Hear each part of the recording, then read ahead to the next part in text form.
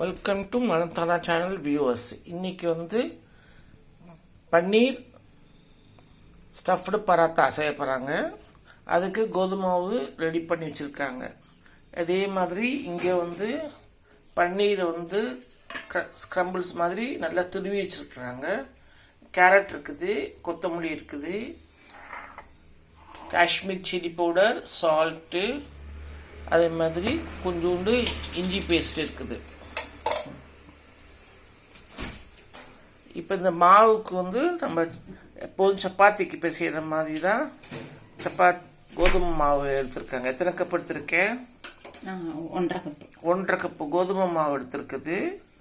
அதில் கொஞ்சம் உப்பு ஆட் பண்ணிவிட்டு அதை தண்ணி ஊற்றி கொஞ்சம் கொஞ்சமாக பிசைஞ்சு அந்த அளவுக்கு கொண்டு வந்துருக்கணும். சாஃப்டாக இருக்கணும் நல்லா, அப்போ தான் நல்லா இருக்க முடியும். இது பண்ணி இது ஒரு 20 நிமிஷம் 30 நிமிஷம் நல்லா ஊறணும். நல்லா ஊறி வச்சுருக்காங்க. ஒரு துணியை எண்ணெய் மேலே தடவி துணியை போட்டு கவர் பண்ணியிருந்தாங்க. இப்போ தான் எடுத்துருக்குறாங்க. இப்போ பாருங்கள், இப்போ இந்த இஞ்சி இதை ஒரு பவுலில் இஞ்சியை துருவிக்கிறாங்க, பூண்டையும் துருவிக்கிறாங்க.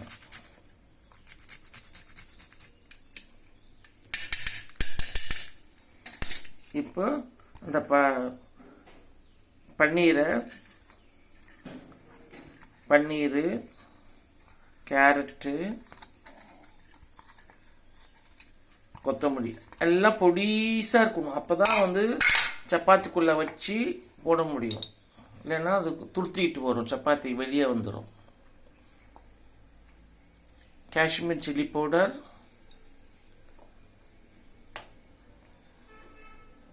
கொஞ்சம் சால்ட்டு,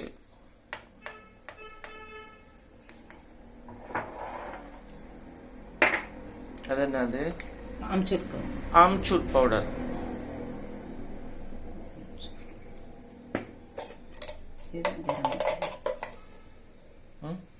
கரம் மசாலா.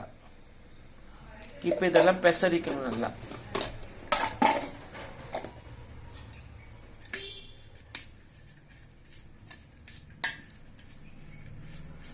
இப்படி பெசரிட்டோம்னா நமக்கு அந்த உருண்டையை உருட்டி அந்த சப்பாத்திக்குள்ளே இது பரோட்டாக்குள்ளே வச்சு, பராத்தான்னு சொல்லுவாங்க, அதுக்குள்ளே வச்சு நம்ம தேய்க்கணும்.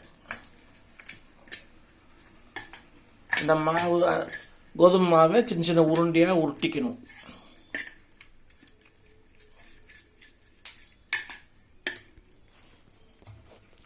இந்த மாவு இந்த மாதிரி 4 உருண்டையாக உருட்டிக்கிட்டாங்க.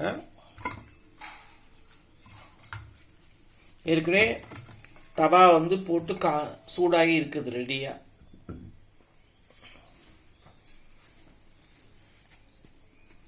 கொஞ்சம் கோதுமை மாவை தெளிச்சுக்கிட்டு முதல்ல லைட்டாக இப்படி தேய்ச்சிக்கணும்.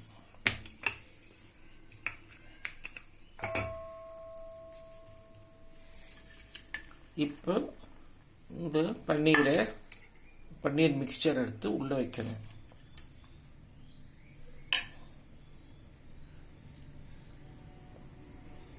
இப்படி ஃபோல்டு பண்ணணும்.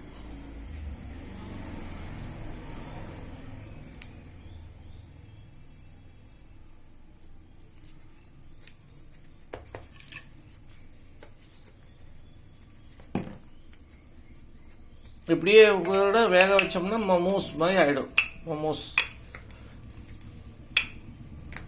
இப்போ இது தேய்க்கிறாங்க, அவ்வளோதான்.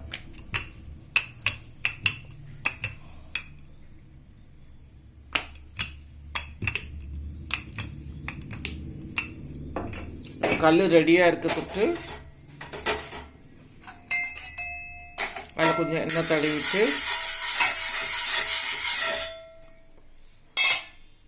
இந்த பராத்தாவை பன்னீர் ஸ்டஃப்டு பராத்தாவை அதில் போடுறோம். நம்ம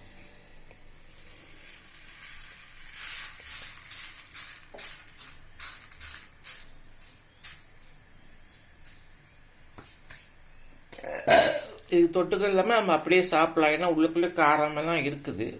அப்படி வேணும்னா கூட தேங்காய் சட்னி சாஸு இது மாதிரி ஏதாவது தொட்டுக்கலாம். சின்ன பசங்களுக்கு அப்படி ரோல் பண்ணி கொடுத்துட்டோம்னா சூப்பராக அதுக்கும் சாப்பிட்ருவோங்க.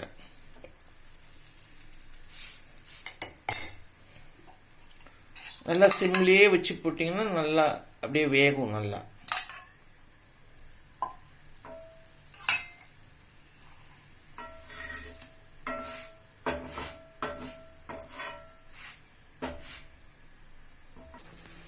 இப்போ திருப்பி போட்டிருக்காங்க. இப்போ பாருங்கள், இந்த பக்கம் வெந்திருக்குது. நல்லா வேணா நெய் ஒரு சொட்டு ஊற்றிக்கலாம், வெண்ணெயும் போட்டுக்கலாம். வெண்ணெய் போட்டுக்கலாம் மேலே. இப்போ நல்லா கொஞ்ச நேரம்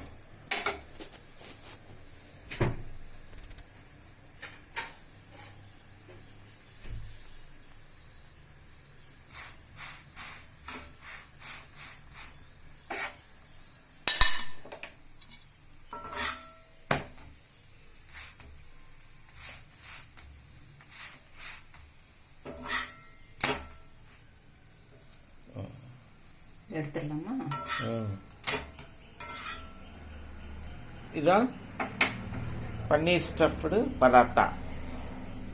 சாப்பிட்டு பாருங்கள், உங்களுக்கு பிடிக்குன்னு நினைக்கிறேன். பிடிச்சிருந்தா நலத்தாளம் சேனலுக்கு சப்ஸ்கிரைப் பண்ணுங்கள்.